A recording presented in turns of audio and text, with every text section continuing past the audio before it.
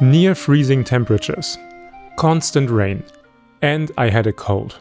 Honestly, the perfect conditions not to go out and take photos, even with the beautiful Hasselblad 907X in my hands. But staying inside wasn't really an option. I had just 5 days to visit the motherland of Hasselblad cameras, Sweden. And I wanted to come home with images I could truly be proud of. And somehow I did. Because over the years I discovered one simple approach that helps me overcome creative blocks and a lack of inspiration again and again. So let me show you what it is. It actually sounded like a dream assignment. The University of Stockholm had invited me to give a guest lecture about architectural photography and creative marketing. While I was in Sweden, I had also scheduled a meeting with the awesome team at Hasselblad to finally meet in person the people I had been working with online for years. At 3 a.m. the alarm rang. 2 hours to the airport, 1 hour flight, 1 hour of sleep at the hotel. And suddenly I found myself in Gothenburg, the birthplace of Hasselblad, standing in cold wind and constant rain. With only 2 days in the city, I had prepared a short list of places I wanted to explore and decided to start my journey anyway. My first stop was the futuristic office tower Läppstiftet, or the Lipstick, designed by architect Ralph Erskine in 1989. Originally, I wanted to capture a few clean detail shots of the colorful facade, but unfortunately the rain was simply too heavy. So instead of forcing the shot, I did what has helped me overcome creative blocks for years. I switched into study mode. Let me explain. Whenever I feel uninspired, I stop chasing the perfect image and start making photographic studies instead. Think of them like sketches a painter makes before a finished painting. Small experiments where you explore light, composition, or perspective, just without the pressure of creating a final masterpiece. Looking for cover from the rain, I just walked into the building's large courtyard that is used as a lunch area. And because nobody seemed bothered by me or the tripod, it became the perfect playground for the first study of the day. So I just started exploring the space, looking for interesting interior details, playing with leading lines, using the soft light from the overcast sky that filled the courtyard to create a high-key analog look. It somehow turned into a waiting game to capture a frame without people crossing the scene. But it was the perfect warm-up for the day. After that, I crossed the huge Hisingbrunn Bridge to reach another new development area in Gothenburg. One of the locations I had researched before the trip was the interior of Frihamnskyrkan, a church designed by architect Elding Oskarsson and completed in 2024. Whenever I travel to a new city, I spend some time at home looking for interesting architecture. Websites like ArcDaily or The Zine are a great starting point to discover buildings that really stand out. When I find a location that really interests me, I try to take it one step further. Instead of just showing up and hoping for the best, I often contact the architects or building owners beforehand and ask for permission to photograph the space. And that's exactly what I did here. I reached out before the trip and was able to get access to the church for about an hour, which turned out to be an incredible experience. Stepping inside feels almost like entering an ocean of wooden waves. The flowing structure surrounds you from every direction, while the different green tones of the chairs symbolize the leaves of an olive tree. For my studies, it was the perfect environment to experiment with different perspectives. I switched between the X2D 28p lens and the 38V and the 90V, using each focal length to tell a slightly different story about the room. Wide perspectives to show the rhythm of the architecture, tighter compositions to isolate shapes and textures. With only 1 hour before the church closed, there was also a bit of pressure. I was constantly juggling photography, filming for this video, and conversations with curious visitors who wanted to know what I was doing there. Still, it was a moment where I realized again how powerful these small photographic studies can be. Even a short session like this can elevate the way I interpret spaces over time. From there, I made my way to Feskekôrka. Gothenburg's famous cyberpunk sauna. I tried playing with the reflections in the frozen water along the Goethe River, but the images just didn't work the way I had imagined. And that's something worth remembering. Not every location study turns into a great photograph. Sometimes the light doesn't cooperate, sometimes the scene just doesn't resonate with you. And that's fine, because every attempt still trains your eye. After that, I finally made it to Hasselblad's headquarters. Most of what we discussed there, unfortunately, is confidential. But I can show you at least one thing. A mint condition H6D special edition created together with Ferrari. Walking through those offices and browsing through old Victor magazines and photography books was a pretty special moment.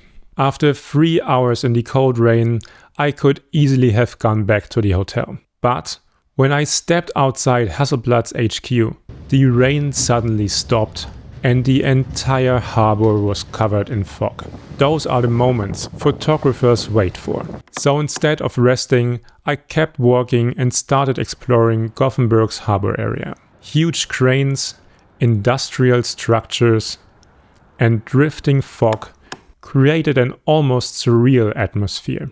One building that caught my attention was Gothenburg Energy Rosenlundsverket, a massive power plant right in the middle of the city. My next stop was Feskekôrka, revitalized by white architecture, one of Gothenburg's most photographed buildings. Normally, photographers take the classic straight-on view from across the water. But when I arrived, that viewpoint was blocked by a large construction site. So I had to improvise. Instead, I used a small boat, frozen in the ice, as a foreground element and waited for the interior lights of the building to turn on.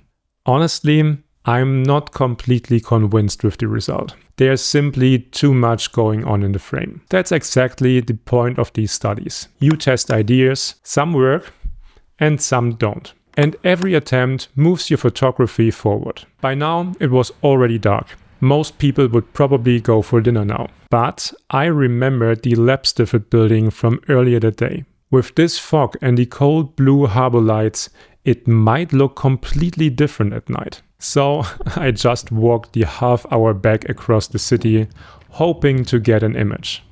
Fog, neon blue lights, cranes and construction areas created exactly the cyberpunk atmosphere I had been hoping for. Whenever I travel, I always keep a few photographic styles from my ongoing inspiration board in mind. Looks for moods that I want to experiment with when the right conditions appear. And this was one of those moments. The fog, the cold harbor light, and the industrial structures suddenly matched one of those ideas perfectly. After capturing 2 frames of the Läppstiftet building, I shifted my attention toward the waterfront where the harbor slowly dissolved into the fog, interrupted only by the faint outlines of the Hisingen Bridge. Instead of fighting the atmosphere, I leaned into it. For the color grading, I pushed the mood further with turquoise shadows and magenta highlights, enhancing the cold, almost futuristic feeling of the scene. 17 hours after leaving home that morning, I finally fell into bed, completely exhausted, but also grateful for a day full of unexpected locations, experiments, and new ideas. If you'd like to join me on a photo walk like this and learn more about the Hasselblad ecosystem, I highly suggest my new one-day Hasselblad Masterclasses in Hamburg, Leipzig and Oberhausen, hosted by the DJI Hasselblad Stores Germany, where we explore the Hasselblad system together and dive deeper into medium format photography. The second day in Gothenburg was originally planned for galleries and a bit of inspiration. But a quick photo session in the morning never hurts. The fog was still hanging low over the city and the streets were almost empty on this early Saturday morning as I went out to find my next location. While researching modern architecture in Gothenburg before the trip, I had come across a fascinating project by Erdegard architects, the entrance to an underground cavern called Bergrum K. The office was kind enough to send me the exact address, but when I arrived at the spot suggested by Google Maps, the building simply wasn't there. Instead, I found myself standing in the middle of a huge, abandoned-looking development area. Endless stairways, carved paths through the natural Swedish rock, interrupted by terraces, small playgrounds, and newly built stone facades. So instead of rushing, I took my time. With the Hasselblad 907X in hand, I let the place guide me, always searching for interesting shapes, lines, and perspectives. Eventually, I reached the base of the hill. And there it was, hidden directly beneath a small soccer field, Bergrum K. The entrance looked almost prehistoric. Armored steel plates, stacked like dragon scales, forming something that felt more like an ancient fortress than a piece of modern infrastructure. The weather conditions created mixed feelings. The fog was fantastic because it slowly dissolved the surrounding buildings into the atmosphere and placed all the visual focus on the entrance itself. But at the same time, the ground was messy. Melting snow and gravel created a very restless foreground. I started circling the structure, first very close, then slowly stepping further back, taking my time to explore different angles. Because when I photograph architecture, I always think in series, not in single images. How do you approach the building? What does the texture of the facade feels like? How does the roofline interact with its landscape? Each image answers one question, without revealing everything at once. And that's what creates tension inside a photographic series. After about an hour of photographing Bergrum K, it was time for my next stop, the world of Volvo, which was hosting a temporary exhibition about the moon landing and Hasselblad's role in documenting it. And honestly, I also really needed a restroom after walking around in the rain all morning. The world of Volvo, designed by architect Henning Larsen, is worth visiting on its own. The huge atrium and its sculptural wooden core create beautiful interior perspectives and layers between the different spaces. Inside the exhibition, it was pleasantly quiet. Most of the Apollo story was already familiar to me, but one detail made me smile. Victor Hasselblad's dog was named Laika. What I found even more interesting were the publications from the Hasselblad Foundation, which curated the exhibition. The foundation has supported photographers and research projects for decades, and their books are a great reminder of how much you can learn simply by studying the work of other artists. One of my favorites was the 40th anniversary book of the Hasselblad Award, featuring all past winners and a foreword by Sir Elton John.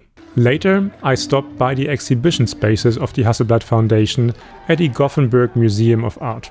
The current show by Inutek Stork, documenting life in Greenland, wasn't entirely my style. But that's also part of visiting exhibitions.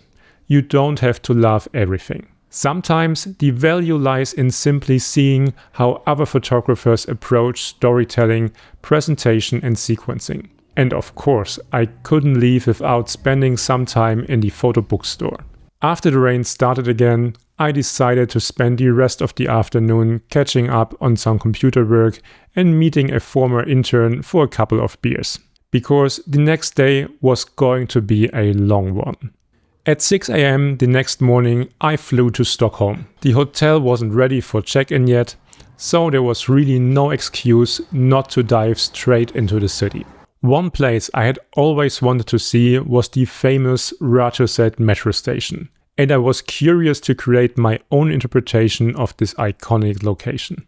Luckily, it was a quiet Sunday afternoon, and the endless underground corridors of Stockholm's subway system were almost empty. It gave me the perfect opportunity to experiment a little and capture some test images for a future video about using shift lenses with Hasselblad cameras.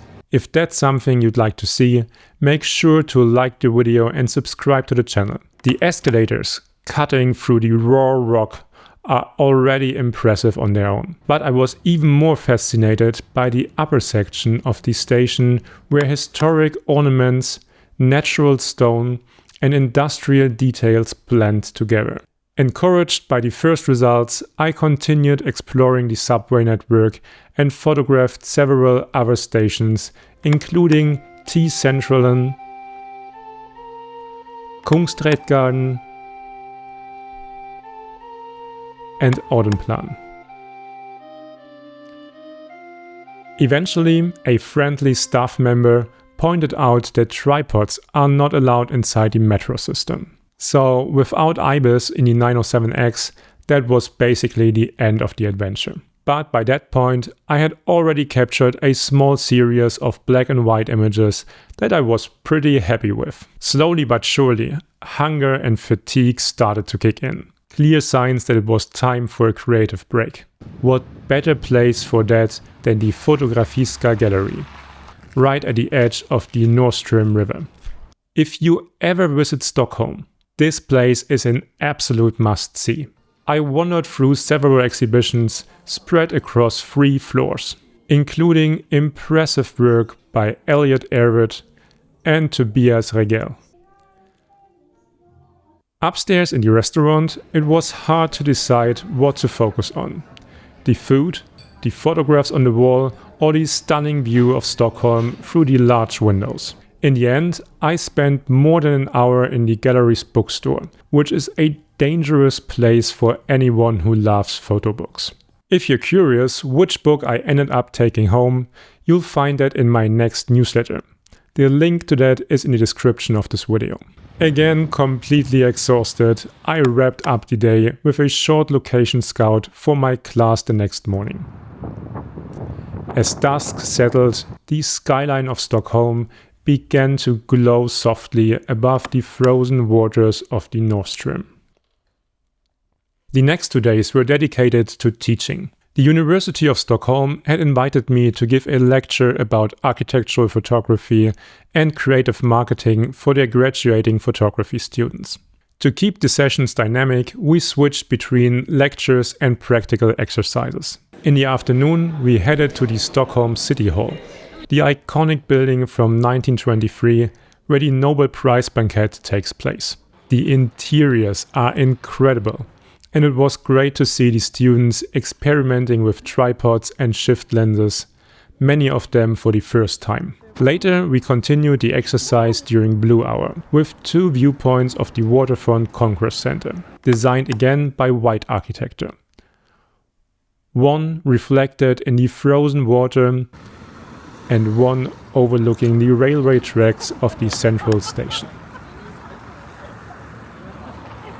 After a short night, we met again at 5 AM for another Blue Hour shoot with the second group of students at the new School of Architecture designed by Tam and Wiedegaard. Once the classic hero shot was captured, the students started exploring alternative angles while I experimented with a few more abstract compositions.